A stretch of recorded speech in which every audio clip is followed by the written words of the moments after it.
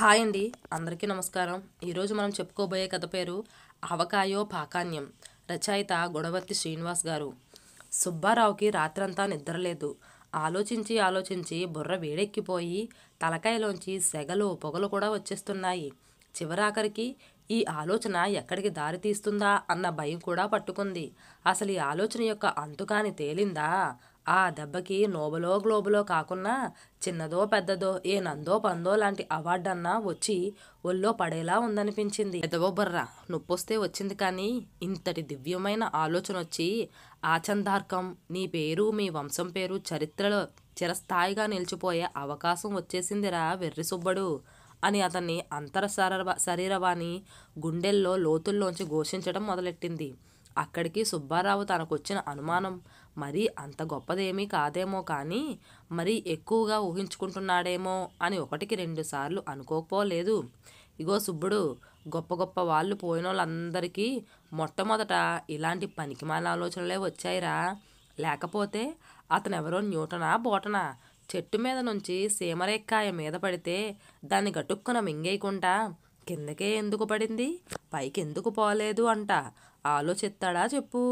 అలాగే బూజులోంచి పెన్సిల్ని తీసిన Fleming shock కొట్టిందని తెలిసి గాలిపటం దారానికి తాళం చెవి కట్టి దాని వెనుక పరిగెత్తి మరీ ప్రాణం మీదకు తెచ్చుకున్న ఫ్రాంక్లిన్ను, ఇలా ఎందరెందరో గొప్ప గొప్ప శాస్త్రవేత్తలు మెదళ్ళని నీకొచ్చినలాంటిదే, పనికొచ్చేదో పనికి మాలినదో ఏదోటంటూ ఒక ఆలోచన అంటూ వచ్చి కుదిపేయబట్టే కదా వాళ్ళంతా గొప్పోళ్ళయ్యింది. నువ్వు కూడా నీకొచ్చిన డౌట్ అనుమానాలన్నీ తేలిగ్గా తీసిపారేయకుండా దాన్నంతూ పంతూ చూసి ఆళ్ళలాగా చరిత్రలో కాస్త చోటు సంపాదించుకో అని హితబోధ ఒకటి చేసి పడేసింది. ఇంతకీ సుబ్బారావుని నానా రకాలుగా ఇబ్బంది పెట్టేసి తర్జనా భర్జనకు గురి చేస్తున్న ఆ బృహత్తరమైన ఆలోచన ఏమిటంటే, వడ్ల గింజలో బియ్యపు గింజ. ఆవకాయకి ఆ పేరు ఎలా వచ్చిందా అని. అదేంటో కనుక్కునేదాకా 6 నూరైనా వెనుతిరిగేది లేదంతే అని ఫిక్స్ అయిన సుబ్బారావు విషయం ఏమిటో తేల్చుకుందామని ముందుగా అప్పటి వరకు ఎప్పుడూ లైబ్రరీ ముఖమే చూడని వాడైన మరీ పక్కూరిలో ఉన్న గ్రంథాలయానికి వెళ్ళాడు. వెళ్ళటమే సరాసరి లైబ్రరీయన్ దగ్గరికి వెళ్ళి కొత్తగా అప్పుడే వీధి బల్లో జాయిన్ అయిన పిల్లాళ్లాగా చేతులు కట్టుకుని నిలబడి, గురువుగారు, అసలు ఆవకాయకి ఆ పేరు ఎలా వచ్చిందంటారు అని అడిగాడు. అతగాడికి సదరు సుబ్బారావు అడిగిందేమిటో అర్థం కాక, ఊరగాయ పెట్టడం కూడా ఓ కళ అన్న ఓ పుస్తకం తెచ్చి సుబ్బారావు చేతిలో పెట్టాడు. అందులో ఆవకాయ ఎలా పెట్టాలో రాసుంది, కానీ ఆవకాయకి ఆ పేరు ఎలా వచ్చిందో రాసిలేదు. ఇంకా పుస్తకాల వల్ల పనవదనుకొని ఈసారి తెలుగు మాస్టర్ దగ్గరికి వెళ్ళి, ఆచార్య, ఆవకాయకు ఆ పేరు ఎలా వచ్చిందో కాస్త సెలవివ్వరు అని అడిగాడు. అంతటితో సదరు ఆచార్యుడికి చిర్రెత్తిపోయి, ఒరేయ్ వెర్రి సుబ్బడు, ఇదేం చచ్చుపుచ్చు ప్రశ్నరా? ఆవపిండి కలిపి పెట్టే ఊరగాయ గనుక ఆ పేరు మీద ఆవకాయ అయ్యింది. ఆ మాత్రం తెలియదురా వెర్రి మాలోకం అన్నాడాయన. వెంటనే సుబ్బారావు, ఆవ పెట్టినంత మాత్రాన్ని అది ఆవకాయ అయితే అటులైనా మెంతి పెడితే మెంతికాయ, జీలకర్ర పొడి వేస్తే జీలకర్రకాయ అవుతుందా? అలాగైతే అందులో ఆవపిండి ఎంత వేస్తారో అంతకు మించి కారం కూడా వేస్తారుగా. అందుకని దాన్ని ఏమైనా కారం కాయ అంటున్నారా? పైగా ఊరగాయని ఏ కాయతో పెడితే ఆ కాయ పచ్చడే అంటారే.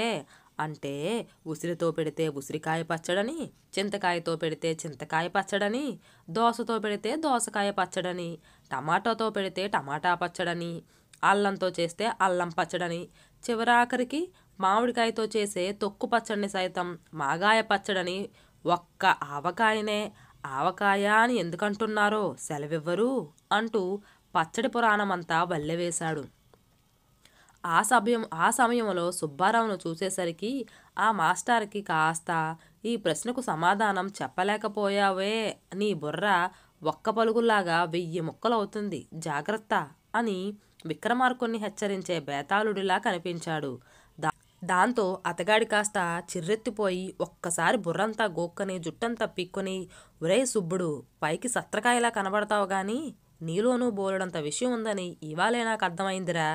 అయితే నువ్వడిగిన ప్రశ్నల పరంపరలో ఏ ఒక్కదానికి నా దగ్గర సమాధానం మాత్రం లేదని చెప్పడానికి చింతిస్తున్నానంటూ హుటాటున ఒక్కసారిగా కుర్చీలోంచి పైకి లేచి ఇంట్లోకి పరిగెత్తుకొని పోయి చెంబుడు నీళ్లు పైకెత్తుకొని గటగటా తాగేశాడు. చేసిన 2 ప్రయత్నాలు విఫలమవడంతో సుబ్బారావు శోధన కాస్త మళ్ళీ మొదటికొచ్చి పడింది. దాంతోపాటు ఎక్కడ లేని నీరసం కూడా వచ్చి పడింది. అయినా చిన్నప్పట్నుంచి ఆరంభింపరు పద్యం బాగా వల్లెవేసినవాడు కావడంతో తిరిగి ధైర్యం పుంజుకున్నాడు. నాటి నుంచి పొద్దున లేవడం కనపడిన వాడినల్లా ఆవకాయకు ఆ పేరెలా వచ్చిందనటం, వాళ్ళేదో చెబితే విని ఊరుకోక వాళ్ళతో వాదనకు దిగడం, ఇది సుబ్బారావు దినచర్యగా మారిపోయింది. అయినా ఫలితం లేకపోయేసరికి లేటెస్ట్ ట్రెండ్ అయిన సామాజిక మాధ్యమాల మీద పడ్డాడు. ఆవకాయకి ఆ పేరు ఎలా వచ్చింది? అసలు ఆవకాయ పేరు ఆవ వల్ల వచ్చిందా? అందులో ఉన్న చేవ వల్ల వచ్చిందా? ఆవకాయకి ఆ పేరు ఎలా వచ్చిందో కనుక్కోలేనంత అజ్ఞానమా మనది? ఇలా ఏవో పిచ్చి పిచ్చి హెడ్డింగులతో 4-5 రకాల పోస్టులతో రకరకాల వీడియోలతో అన్ని సామాజిక మాధ్యమాల్లోనూ చెలరేగిపోవటం మొదలెట్టాడు. ఆ దెబ్బకి మనోడికి మంచి ఫాలోయింగ్ వచ్చేసింది. అంతటితో ఆగక అసలు ఆవకాయ కనిపెట్టింది మా కులపోళ్ళే అని ఒకళ్ళు, కాదు మా వోళ్ళే అని మరొకళ్ళు, మా పార్టీ వోళ్ళే అని కొంతమంది రెచ్చిపోవటం మొదలెట్టారు. ఇలా చర్చ అసలు దారి తప్పి కొసరు దారికి చేరుకొని ఈ అంశం మీదే 2-3 చోట్ల కుల సంఘాల పేరుతో టైర్లు గట్రా తగలెట్టడం, బస్సుల మీద రాళ్ళేయటం లాంటి నిరసన కార్యక్రమాలు సైతం జరిగేసరికి ప్రధాన మీడియా కూడా రంగంలోకి దిగింది. అసలే వారం రోజుల నుంచి సరైన బ్రేకింగ్ న్యూస్ ఏదీ లేక అల్లాడిపోతున్నారేమో. పొద్దున్నుంచి సాయంత్రం దాకా ఆవకాయ కనిపెట్టిందెవరు, మొదటిగా తినిపెట్టిందెవరు, దానికి ఆ పేరు పెట్టిందెవరు అని ఛానళ్ళన్నీ చర్చోపచర్చాలు మొదలెట్టేశాయి. ఆ దెబ్బకి అసలు ఈ గొడవ అంతటికీ కారణమైన సుబ్బారావు డిమాండ్ మరింతగా పెరిగిపోయింది. ఛానళ్ళన్నీ పోటీపడి మరీ అవి పెట్టే ఆవకాయ చర్చల్లో పాల్గొనమని అతగాడిని పిలవటంతో ఒక్కో ఛానల్ మెట్టెక్కటం, చర్చల్లో పాల్గొనటం, అది పూర్తయ్యి కాస్త ఏదో ఒకటి నోట్లో వేసుకొని చప్పరిద్దాం అనుకునేలోగా మరో ఛానల్ వాళ్ళొచ్చి అతగాడిని హడావిడిగా లాక్కుపోవటం, ఇది వరుస. ఇలా తెలుగునాడంతా వారం రోజులుగా ఆవకాయకు ఆ పేరు ఎలా వచ్చిందో అర్థం కాక అల్లకొల్లోలమైపోతున్న సమయంలో వాళ్ళను రక్షించడానికి అన్నట్లు ఒకానొక శుభముహూర్తాన శంషాబాద్ విమానాశ్రయంలో కోయంబత్తూరు విమానం దిగారు ప్రాచీన తమిళ లిఖిత పత్రులేవో పట్టుకొని శ్రీమన్ తిరుషణ్ముఖ సుబ్రహ్మణ్య పుండరీకాక్ష భగవతార గారు. రావటమే అసలు ఆవకాయ కనిపెట్టిందెవరో, దానికి ఆ పేరు పెట్టిందెవరో సాక్ష్యాలతో సహా నేనొక్కడిని వస్తున్నాను అని గట్టిగా ఆ విమానాశ్రయంలోనే ప్రకటించేశాడు. దాంతో ఇంకొక అడుగు కూడా ముందుకు వెయ్యనీయకుండా అతగాన్ని తెలుగు ఛానళ్ళన్నీ అక్కడే ఆపేసి అర్జెంటుగా ప్రత్యక్ష ప్రసార సరంజస విత్ సుబ్బారావుతో సహా మోసుకొచ్చి గొట్టాలు పట్టుకెళ్ళి ఆ అరవాయన మూతి దగ్గర పెట్టి అతడేమి చెబుతాడో అని గంభీరంగా ఎదురు చూడసాగాయి. అప్పుడు ఆ శ్రీమన్ గారు సుదీర్ఘంగా ఒక ఉచ్ఛ్వాస తీసుకొని, ఇంగపారుడ ఆవగాయ భక్తరెగలే, నాన్ గత కొండాళ్లుగా ఆవగాయ గురించి మీ దేశంలో జరుగుతున్న గలాటా మొత్తం టీవీల్లో చూస్తా ఉన్నాను.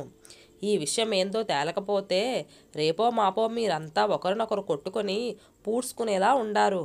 అందుకే మీ అందరి కోసం మా కోయంబత్తూరు కొండల్లో మా తాతవాండు ముత్తాతల వాండు వాడి ముత్తాతల వాండు కాలం నుంచి దాచబడ్డ ఈ మహాద్రావిడ పురాణం తెచ్చి పూడ్చాను.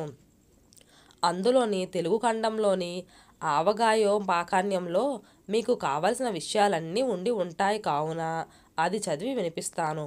శ్రద్ధగా విని పోడ్చండి. అసలు ఆవగాయకు ఆ పేరు ఎట్లా వచ్చి పూడ్చిందో మీ అందరికీ తెలియాలంటే సుమారు 5,000 ఏండ్ల క్రితం ఈ దేశంలో ఏం జరిగిందో ముందు మీ అందరికీ తెలిసి పోడ్చాలి అని ఏదో మట్టి కొట్టుకుపోయిన తాళపత్ర గ్రంథం ఒకటి తీసుకుని దాని ముడి విప్పటం మొదలుపెట్టాడు.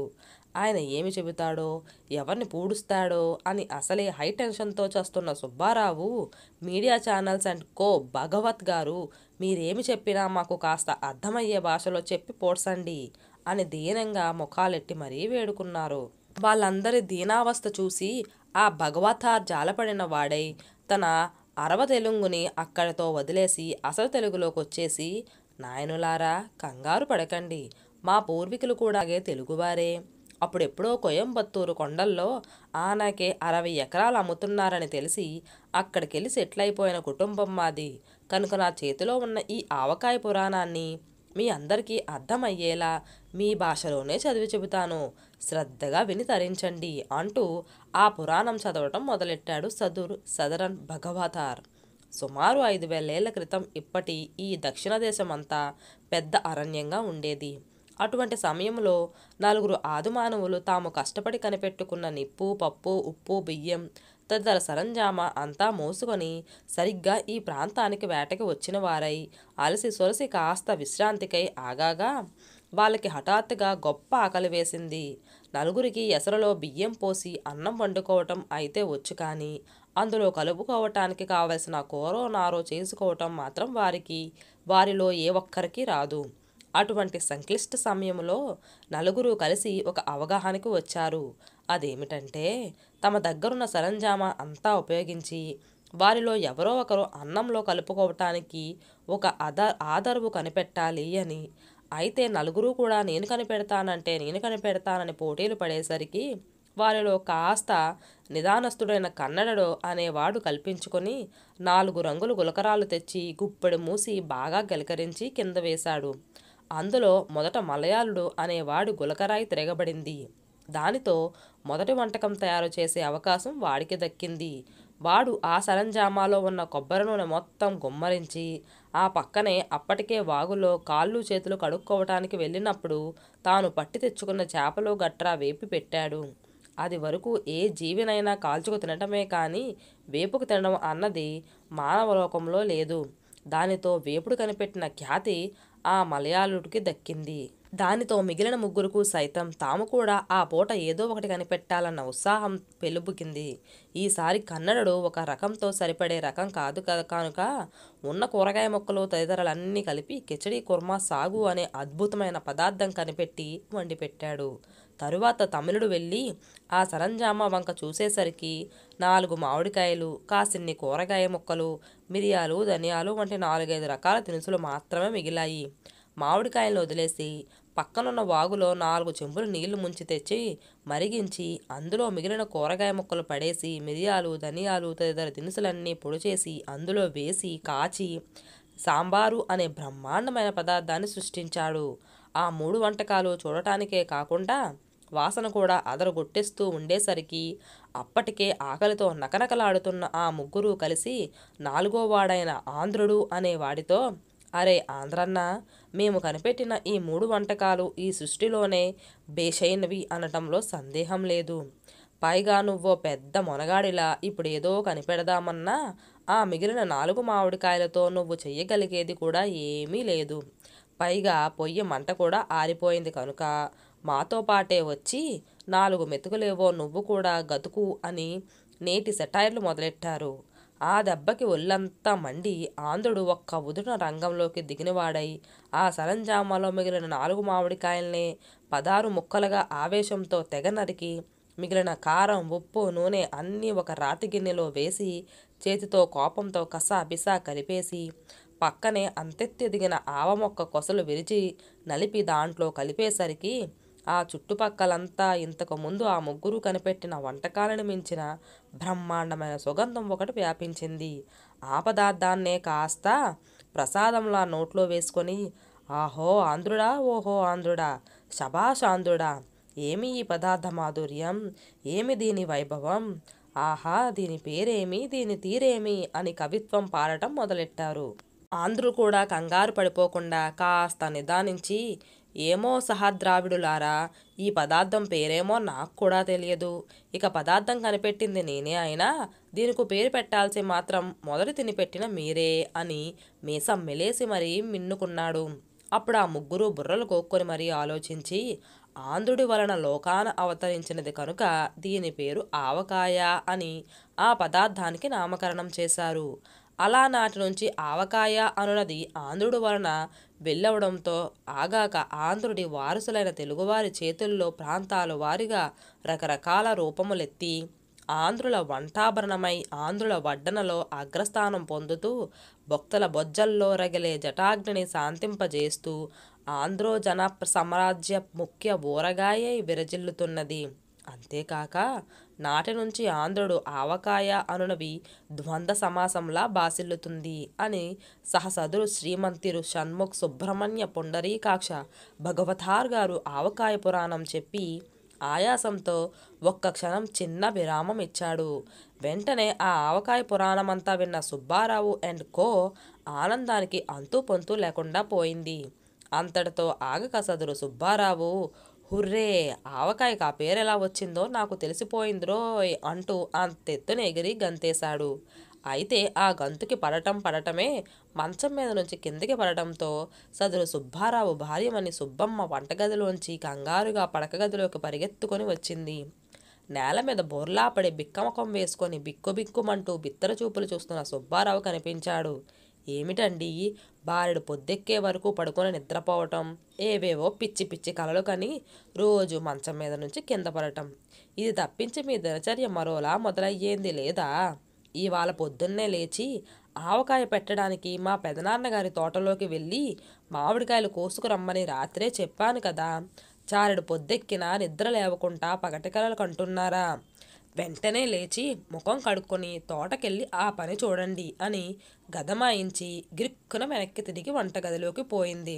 పోవే పిచ్చి సుబ్బమ్మ, నేను ఈ కళతో ఏం సాధించానో, ఎంతటి మహత్తరమైన విషయానికి బృహత్తరమైన సమాధానం కనుక్కున్నానో నీకు తెలిసి ఏడిస్తేగా అనుకుంటూ పెద్దగా ఆవలిస్తా ఆవకాయకి జై, అది కనిపెట్టిన ఆంధ్రుడికి జై అంటూ నినాదిస్తూ పైకి లేచాడు సదరు సుబ్బారావు.